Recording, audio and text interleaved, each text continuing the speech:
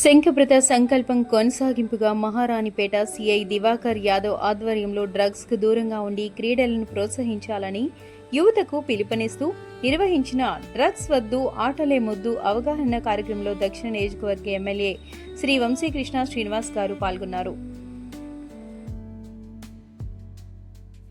ఈ కార్యక్రమంలో విశాఖపట్నం నగర పోలీస్ కమిషనర్ శ్రీ శంఖప్రత బాగ్జీ గారు పాల్గొని యువతకు మార్గదర్శనం చేశారు. యువత చెడు అలవాట్లకు దూరంగా ఉండి క్రీడల ద్వారా శారీరక మానసిక దృఢత్వాన్ని పెంపొందించుకోవాలని ఎమ్మెల్యే వంశీకృష్ణ శ్రీనివాస్ గారు పేర్కొన్నారు. సమాజంలో డ్రగ్స్ నిర్మూలనకు ప్రతి ఒక్కరూ బాధ్యతగా వ్యవహరించాలని, విద్యార్థులు మరియు యువత సానుకూల దిశగా ముందుకు సాగాలని ఆయన సూచించారు.